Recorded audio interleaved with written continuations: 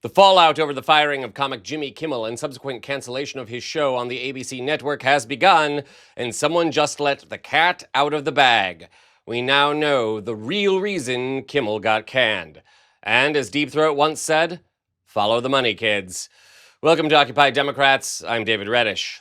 The sudden firing of comedian Jimmy Kimmel, the host of Jimmy Kimmel Live on ABC, rocked Hollywood late yesterday. CNN has an overview.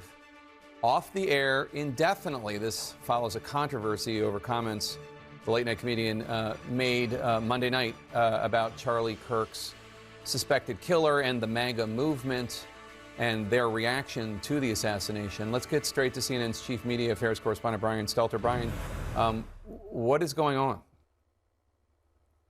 That's right. This is fast developing this afternoon, Jake, amid pressure from the Trump-aligned FCC. And in the past few minutes, ABC confirmed to CNN that Kimmel's show will be off the air, quote, indefinitely. We have not yet heard from Kimmel or his representatives. That's how quickly this has been developing. Oh, it gets greasier, so get out your rubber gloves, kids. This one is covered in scum. News of Kimmel's cancellation comes as the second firing and cancellation of a late-night program after The Late Show with Stephen Colbert in July. That show, which aired for 33 years, landed on the chopping block just before Paramount, the company that owns CBS, which aired the show, was approved for a corporate merger with another media company, Skydance. The FCC must approve sales like that one, and the decision to cancel Colbert was widely seen as retribution for his years of criticizing Donald Trump. Kimmel now faces a similar fate. Ostensibly, his show was canceled for the comments he made about the killing of right-wing lunatic Charlie Kirk. But the actual clip in question reveals a very different story. We hit some new lows over the weekend with the MAGA gang desperately trying to characterize this kid who murdered Charlie Kirk as anything other than one of them and doing everything they can to score political points from it. In between the finger pointing, there was grieving. On Friday, the White House flew the flags at half-staff, which got some criticism. But on a human level, you can see how hard the president is taking this. My condolences on the loss of your friend Charlie Kirk. May I ask, sir, personally, how are you holding up over the last day and a half, sir? I think very good. And by the way, right there, you see all the trucks? They've just started construction of the new ballroom for the White House, which is something they've been trying to get, as you know, for about 150 years. And it's going to be a beauty. Yes. He's at the fourth stage of grief, construction. Demolition, construction. This is not how an adult grieves the murder of someone he called a friend. This is how a 4-year-old mourns a goldfish. So, did you notice that? Kimmel actually says very little about Charlie Kirk there, or even his killer. Kimmel does, however, let Trump make a buffoon of himself, something that is seldom hard, by talking more about his ballroom in a question related to Kirk's death. So no, Jimmy Kimmel was not mocking the death of Charlie Kirk or even the repulsive things he said in life.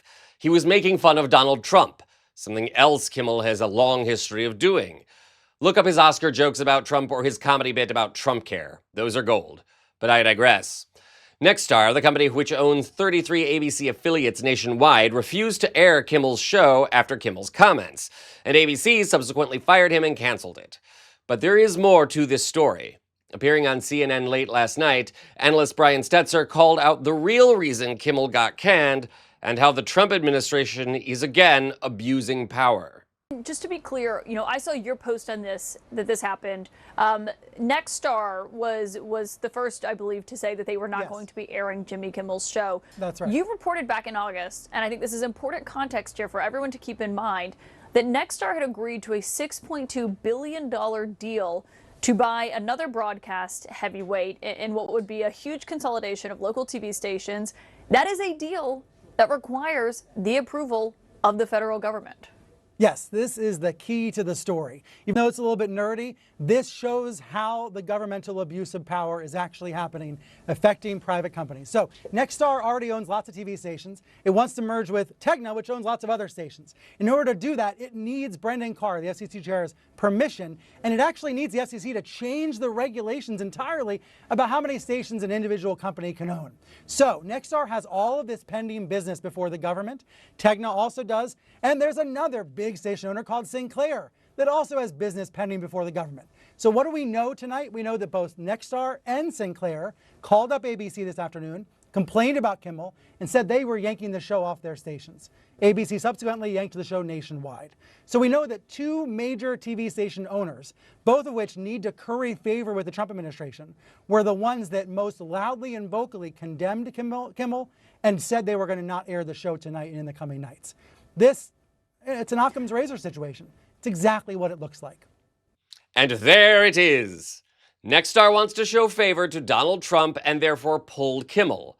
Another media conglomerate, Sinclair Broadcasting, is also demanding Kimmel donate to Charlie Kirk's organization, Turning Point USA, as a kind of apology. Trump himself has praised the move, while ABC, Nexstar, and Sinclair have all come under wide criticism from inside and outside Hollywood. Both the Screen Actors Guild and Writers Guild of America have condemned the move as politically motivated, as has California Governor Gavin Newsom. Look, Jimmy Kimmel has plenty of money and will likely land on his feet with a new talk show deal elsewhere. But what about all the technicians and the musicians and the other people who worked on his show? Production in Los Angeles is sluggish post-COVID and post-strikes. How are all those people going to buy groceries? Look, this is just a symptom of a larger problem in the United States. Too few companies own far too much. Hell, Disney alone owns ABC, Fox, ESPN, Pixar, Lucasfilm, Marvel, and The Muppets, which is about half of all current intellectual property in Hollywood. It's time to break up companies like Disney and Nexstar, and it's time for the entertainment community to push back against Trump and his FCC bullying. It's only the right to free speech on the line, after all.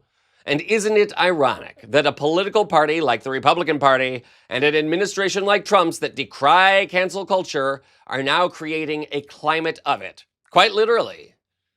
See? I warned you this one was slimy. This is Occupy Democrats.